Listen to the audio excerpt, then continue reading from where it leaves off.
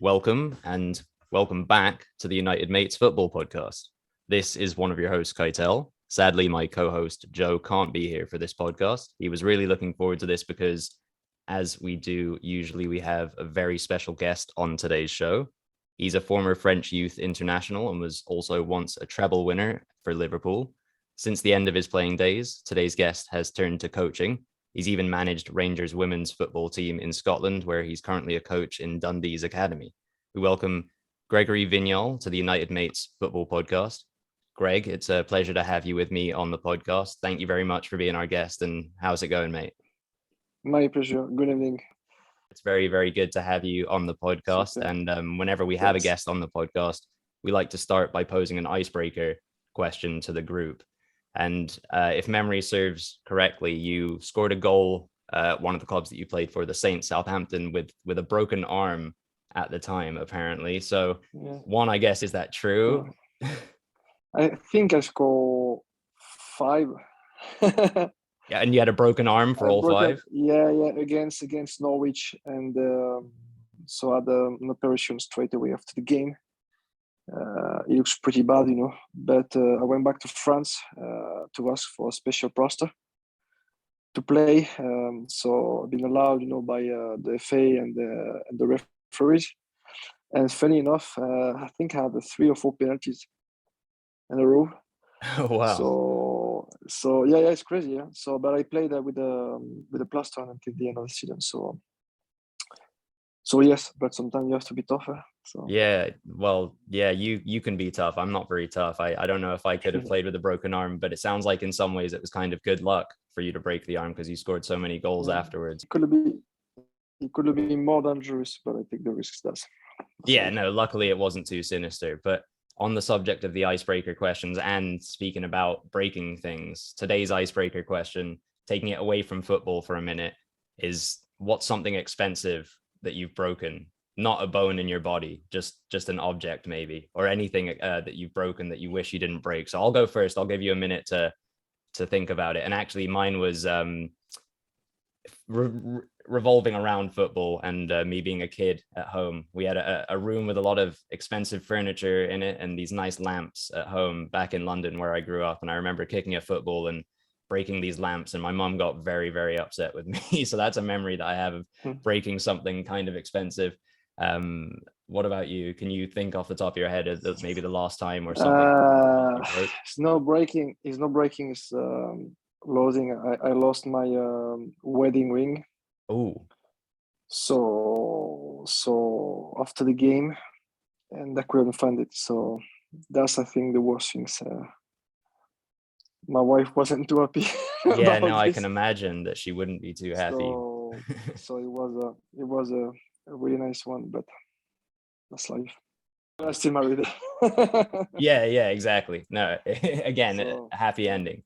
But we both sort of managed, I guess, to relate to football. You lost your ring after a football game. I broke something with a football. So we'll take things back to football now. And again, we like to always ask our guests about kind of their childhood and the relationship that they had with football, how they became interested in football, who they looked up to when they were a youngster, and how they got involved in playing. What are your memories growing up in Montpellier playing football and becoming a football fan and a player? But Montpellier was something special for me. It's my town when I grew up, in my area. When I started to play football, and I spent 10 years at the academy. I've been, captain in the 12 until the reserve.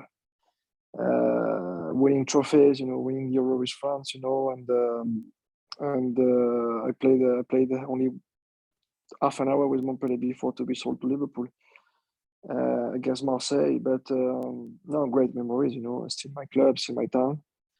I hope I will manage this club one day because I've got all my family, friends over there. So I think it will be nice. But now I am in Dundee, so step by step.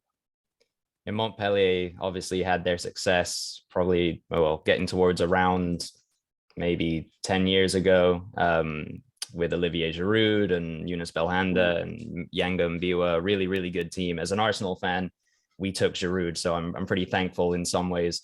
for Montpellier. And you mentioned as well, you mentioned Liverpool, you mentioned Marseille. You played for Liverpool. Marseille is somewhere where you spent some time coaching as well, and hopefully you will end up coaching at Montpellier, your hometown club. I actually think we'll ask you a bit more about coaching and your intentions with that a bit later on. But before we speak about Liverpool, you obviously played for your hometown Montpellier in the academy, but you also represented France at the youth level at a time when the French football team was kind of like, everyone was envious of them because, you know, they just won the World Cup in 98. They won the Euros in 2000. And in 2000, you also would get your hands on some silverware for France. You won, I think it was the under 18 Euros. So my question for you, Greg, is just kind of what was it that was happening in France at the time and in the years leading up to 98 and to 2000 that kind of brought about the success? And then for you, how exciting was it as a young footballer to be a part of that success? I think we had some great generation with winning mentality. I think the job has been done, the academy, from the coaches. It was, I think, a different mentality, maybe different generation. And that's why I think we did so well. I think France were winning everything at this time during this period. And of course, as a young player, we were looking, the first team. So Zidane, Lizarazu, Djorkaeff, all the massive players, And the way the FA work, I think the French FA as well at Clairefontaine, before Gerrard left, to go to Liverpool, I think has been an amazing job. And I think you see at the end the results. So yeah, I think credit to all these people because first I think first and foremost, these people love the game, so they give you everything back, And as a young footballer, I think it was amazing. Well, they say that French is the language of love, so it makes sense that these people would all love football as well. And someone who you mentioned, Gerard Houllier, would be the manager of Liverpool, and in 2000, after you had your little cameo at Montpellier that was enough to attract the interest of Liverpool, you would join Gerard Houllier over there. So how much of an impact was Houllier in you sort of making the decision to move to Anfield? Gerard, until the end, he has been for me more than a manager, And right from the start, the first day when I met him, because I should go to have Barcelona, Celta Vigo, and Paris Saint-Germain, and Liverpool came straight after the final on the next day. So I am on my way to Spain, and I had a phone call from Gerard. He was talking to my agent to say, "You stop the car, you go back to Montpellier. You got the flight tickets ready to go. So I'll meet you in Paris in 2 hours." So it was crazy. But I met Gerard, in Paris, and he told me about the Liverpool project, the DNA, the club DNA, the culture, the mentality, and everything. And I was watching, Eric Cantona on TV when I was young. So it was a dream for me to go to England and play in England. And how you can refuse the Liverpool Football Club? At this time I was young, on fire, and after the meeting, I had 5 minutes, alone to think about, okay, what I should do, and I just say, okay, just crack on, because I knew from the start it would be an amazing project.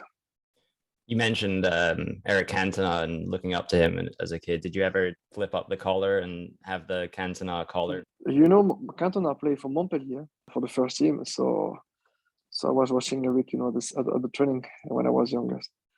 But I think he has been one of the first one, to introduce the French player, regarding the Premier League. So I spoke a lot about this with Gary Mack as well, because Gary Mack played with him at Leeds. So after everybody knew Eric, and I think it was easier for the French players to come and play in England. David Ginola, of course, has been a massive success, but I think Eric played one of the big part. Yeah, definitely a groundbreaker in the early kind of Premier League days to bring foreign footballers to the Premier League to make it the product that it now is. And on Houllier, the late Gerard Houllier, who sadly, as you kind of reference, is no longer with us anymore. But under him, you would, in your first season at Liverpool, achieve, kind of unparalleled success, go on to win the treble of the Worthington Cup, the FA Cup, and of course in a kind of crazy 5-4 win over Alaves, the UEFA Cup. What are your memories of that season? Because it must have been, first big move in football, move to a foreign country, play for a big club at a high level. What was that time like for you? It was crazy. It's crazy. But yeah, no, I mean it's true because I think when you are living, your country and you're going abroad, for massive cup like this, I'm speaking, 20 years ago. Liverpool, strong city, strong accent. It's very dark, during the winter and the weather. So the new culture, it's really really tough, really difficult, and while you are living so young. But what a story! I spent 3 years over there, and I remember like it was yesterday, because the passion, the desire, the commitment, from everyone, it's amazing, and the fans and Anfield, and you will never walk alone, and everything around the club. So it has been tough, of course, the first 6 months because it was brand new for me, and my girlfriend. But week by week, day by day, I felt more stronger, and I did my time.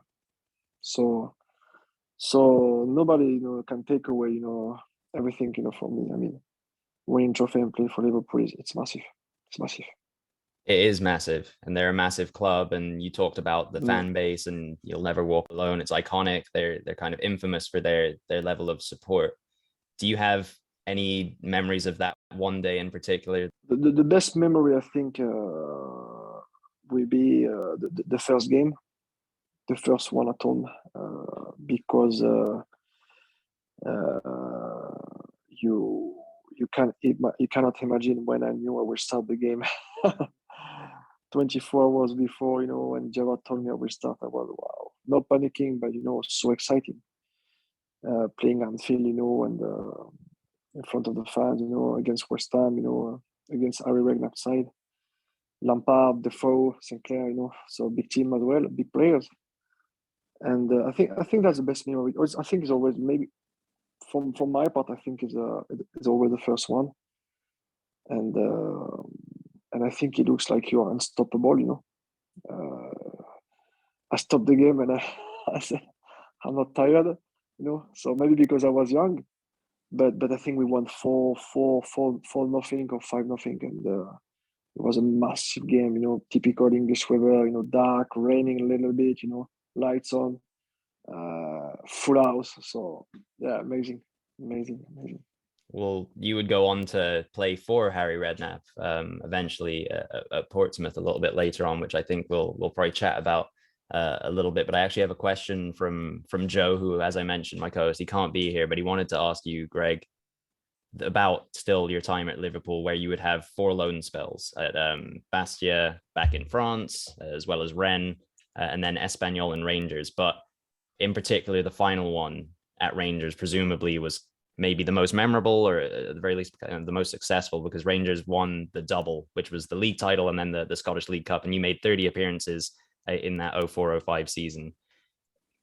It's kind of hard, I guess, to compare successful times in your career and Scottish football to English football, but being a big part, making so many appearances for Rangers, did this feel on a personal level maybe more special for you than the treble success at Liverpool, or how did the two moments kind of compare?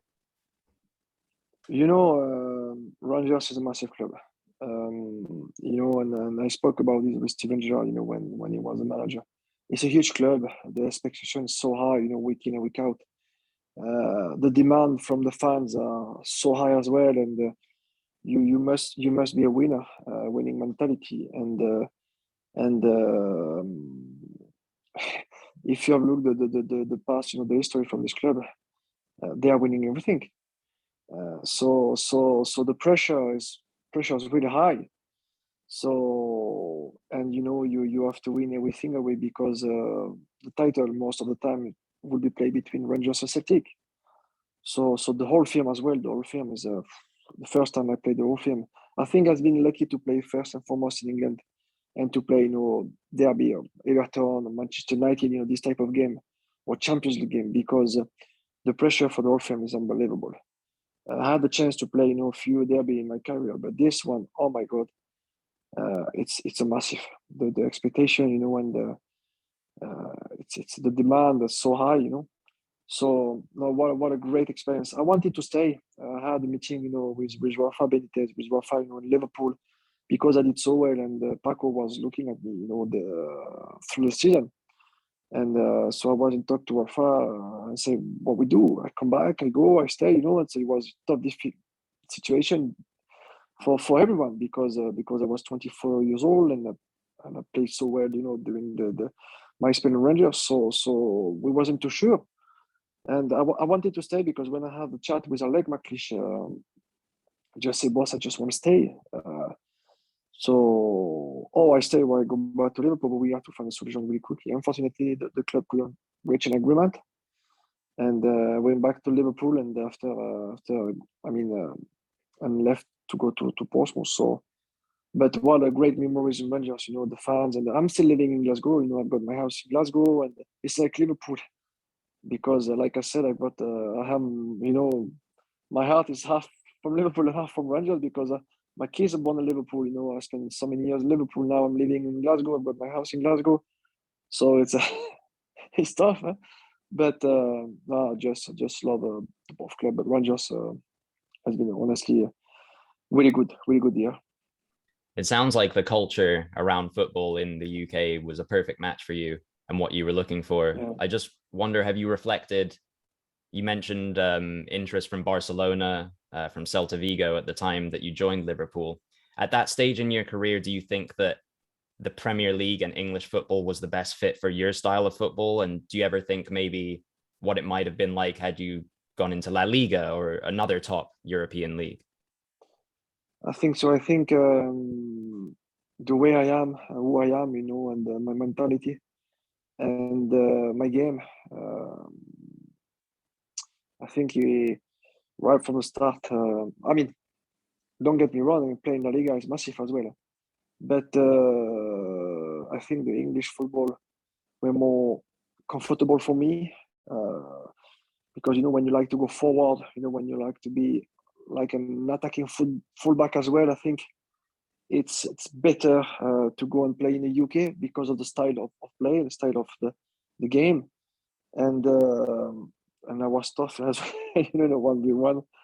So I've got a memory. The first game I played in Spain, I've been sent off, red card. I think if I do the same one in England, I'm pretty sure I'll stay on the field. So this is an example, but no, yes, yeah, I think you're right. I think the English football were more suitable for me.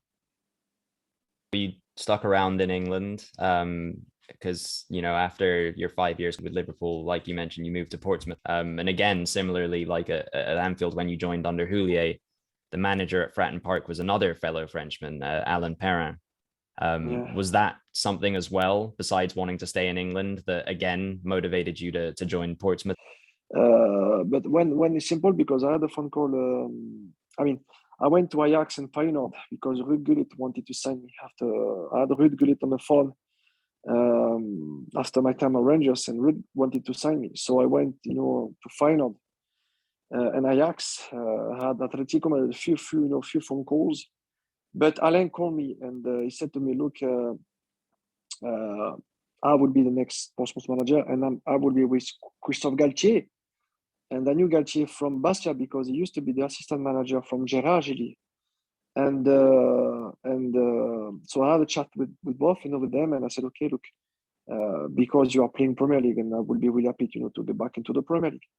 So if you can find an agreement with Liverpool, I will take the flight, and I will sign for you." So that's why I went to Portsmouth. Unfortunately, Alain has been sacked, after 5 months or 6 months. And Harry came, so that's part of the football, and you have to move on. Yeah, like you said, these things kind of happen. Certain managers have different visions, and sometimes you fit in, and other times you don't. But after a season at Pompey, you would return to France to play for Lens. which actually makes you the second former Lens player that we've spoken to after Franck Drew, who randomly is also a left back. So I guess we have a thing for left backs who played for Lens. We played together at Birmingham. So oh right, that would have ended up and then McLeish. Yeah. So yeah. I went to Lens where I won the title, and there's been a tough years. I think it's always difficult when you play in England and you want to go back to France. I think if you have looked most of the players, I think they find difficult. I've got in my mind one or two players, and not only maybe from England, but if you look at the same for Vicente Lizarazu, when he left Bayern Munich and he went back to France, it was difficult. So I think that's something you have to think. But look, I won another trophy with Lens, and it has been a great experience as well. So before to go back to the Premier League. Yeah, definitely not easy to just jump into Ligue 1. Even, you could argue that Messi isn't necessarily lighting it up right now. No disrespect to the guy. Yeah. We just might have expected him to take to the league a little quicker. But after Lens, you would play for, a few more clubs. You talked about the Premier League. One of the clubs that you played for up there was Birmingham, but you'd also play for Southampton as well. We talked about that earlier. You scored a few goals over there. In fact, that's, I think, where you had your best goals to game ratio. A great club, Southampton. Yeah, I really enjoy my time. I'm sure the really nice place. Fans from your time at Portsmouth will probably give you some stick about the move to Southampton, but it is what it is. Because Portsmouth is the same. Pompey, Pompey is a tough place to go. I will enjoy my time over there, but that's life. Sometimes I have the chance to play for the both club, but Fratton Park is a tough place to come and win. I'm telling you something, that's for sure. And it's that's life. Sometimes you don't have the choice, or you have the choice, but I have the chance to play for both clubs, so I really enjoyed it. No, two great clubs. And, we spoke about, you've had a lot of great experiences. You played in a lot of different leagues. You played in Germany, you played in France, you played in Spain, you played in England, you played in Scotland. But just your final club that you played for before hanging up your boots was a club back in your near your hometown in France. It was AS Belzier. And I believe that's only, I think, like an hour's drive away from Montpellier. So it's like you wanted to go home, huh?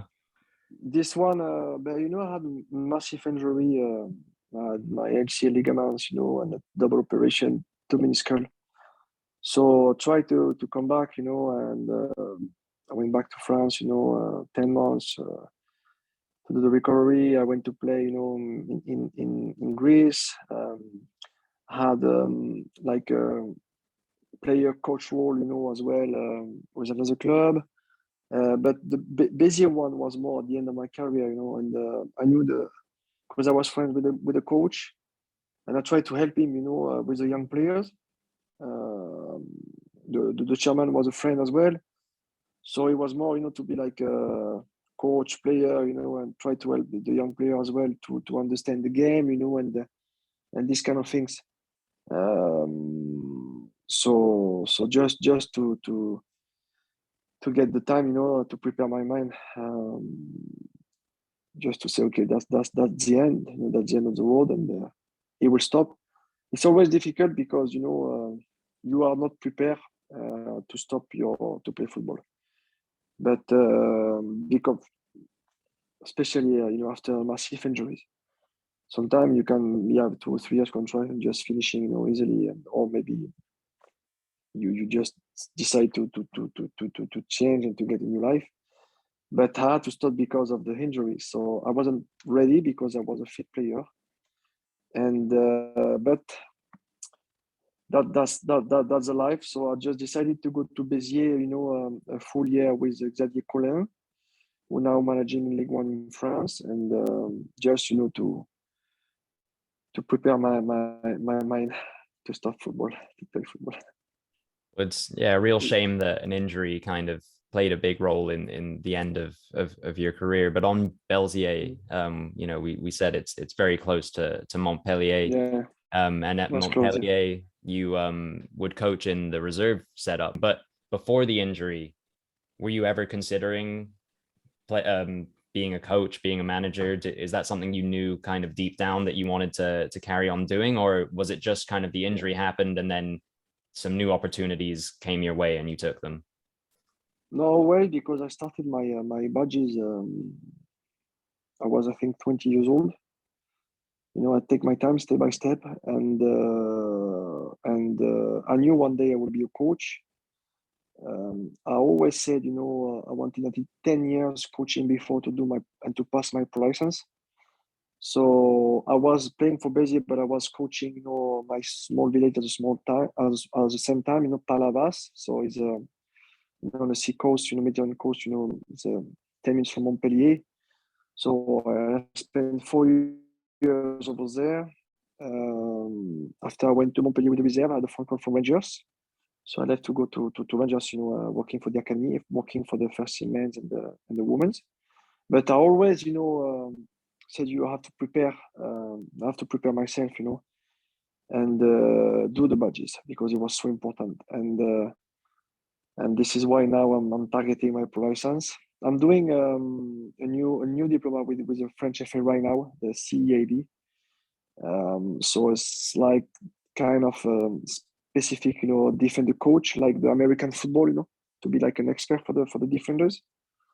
So, but I'm preparing myself, for the big moment, for the big day.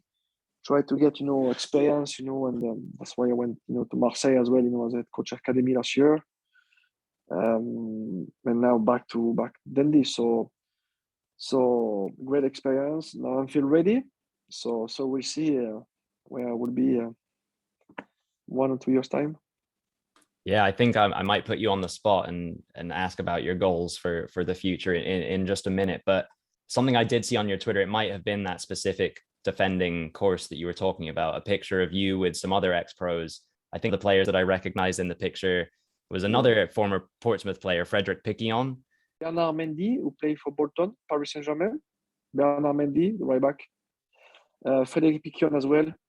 And I think the rest of the guys played in France, but never played in England. So yeah, I think it's good. It's always good, to we started last month. Mm-hmm. We've been to Paris, to Clairefontaine, for a week. I'm going back in February, in May. But I think it's always important to learn, some things to get better. That's my point of view. And because after, you have to be ready, because when you are on the bench and you are managing the first team level, you don't have time. It's a crazy world. So that's something Gerard really told me, before he passed away. He said, okay, you want to be a manager, but it will be like this and like that. So son, you have to think about everything, because you won't sleep anymore. No more holidays, just pressure, He said 90% will be trouble, 10% will be happiness. So, wow, it's definitely a labor of love, but it's good. And I couldn't agree more that you have to always be learning, and you definitely have a lot of good knowledge. And as a coach these days, you're in a position to pass that knowledge on, which is great. And speaking of coaching, you mentioned at Glasgow Rangers, a city and a team that you're close to, you still live there. And you mentioned the women's team that you would be the head coach for. And obviously women's football more recently has just been growing in popularity. Did you kind of notice that during your spell as in charge of Rangers women up in Scotland? And, Rangers, the men's team get so much support. Does the women's team also get some good support? Yes, but this one had a phone call from the club, from Marc Allan, before the French World Cup, in France. To prepare the project. So I said yes, because so of course it's difficult to say no to your club, but I think it was a good project. So about the first one, to put the project, in place as a full-time, players, first team, first Scottish professional team. I'm talking about the women's. So yeah, the project looks good. So that's why I said yes, and we did really well. We did really well through the season. We reached a semi-final, the Scottish semi-final cup. Finished 4th in the league, but I've been. It's funny because I've been contacted by Oral Rain this summer to be the manager. had meetings, with the board and the chairman, everything during July. But to be honest with you, I want to stay in the men's football. That's my priority right now, and this is where I want to be. So great support here from the Scottish FA as well for the women's football, and I think the game get bigger and bigger when I'm watching, the English Super League as well. With the women's, it's amazing, because Sky is doing really well, and putting big money into the game as well. So yeah, they are athletes now. They are professional players. So that's good. Yeah, it's all getting better, but at the minute you are a coach with Dundee. Previously, you'd said working in the academy at Andre Villas-Boas's Marseille as well, which would have been a good experience. And I'm sure, Yes. You're very focused on the work that you have to do with Dundee. But if you'll indulge me for just one last time, because this is actually the last question, you've mentioned 10 years kind of coaching before you get the licenses and stuff. You have a bit of a plan. You mentioned, you don't know, maybe 2 or 3 years from now, and discussions you've had in the past with Gerard Houllier about your intentions to manage. So you sound like you've got a bit of a plan. If I can kind of put you on the spot and ask you, do you have a 5-year plan, a 10-year plan? Where do you see yourself? Where would you like to be managing, coaching, managing in England, managing in France? I think you always need to have a plan, to get a plan in your mind. Now of course I've got a plan in my mind. I have a meeting, with my family, but with my agent as well, regarding the next 2-3 years, and of course in 5 years time as well. I'm 40 years old now. Now I'm coaching since 2012. Had a great experience, especially as well with Michael Beale, because I learned a lot from Michael Beale from the first team football, during our time at Glasgow Rangers. Not always only at the training ground, but off the training ground. When I had a meeting with him, regarding the tactical aspect, the qualification of the roles. So now I feel ready, but I want to pass my pro license this year. So finger crossed will be in the UK this year, and after we see. Who knows? I think the first job is important, or be part of the first team staff, first team football again, be a first team manager, or this kind of job. But yes, if the question is, would you like Greg to stay in UK? I will say 100% yes. First and foremost, I want to coach and I want to manage in the UK. This is where I see myself. My family just enjoy, the lifestyle. Maybe sound crazy because we come from the south of France, So, but we just love, the lifestyle. We just enjoy where we are right now, and so I was close as well. Gerard wanted me to go to New York Red Bulls 2 years ago. Had a long meeting with him about to go to Red Bulls, but that's the past. But yes, I want to stay in the UK. If I've got an opportunity maybe to go back to France, we'll see. But right now, yeah, my mind is my focus would be in the UK. Okay. Well, if you get another offer from the MLS, I personally, as a someone in California, I guess, would be rooting for a West Coast club as opposed to an East Coast club like New York. Especially, we're speaking about south of France compared to England. If you want the good weather, come over to the West Coast, I should say. I know. But and you don't have to comment on this at all. But especially you talk about Steven Gerrard and Michael Beale. But if an opportunity does come your way in the Premier League, you might have some good contacts these days. Obviously, they've recently moved to Aston Villa. But again, you don't have to mention anything about that. We'll see what happens. What happens. Steven is a clever man. He knows the football, from up and down. Right now, he's got, I think, the perfect people around him, Aston Villa. I'm talking about Gary Mack, Tom, Jordan, Michael Beale. And he knows who I am. I had a good chat with him as well. So at the moment, I think I need to improve myself. I need to work hard to be better. And then after, who knows? We never know. So, but at the moment, he's got the perfect people around him. So that's the most important thing. Well, yeah, no, he looks, 2 wins from 2, I think it is, in the Premier League, off to a great start. Yes.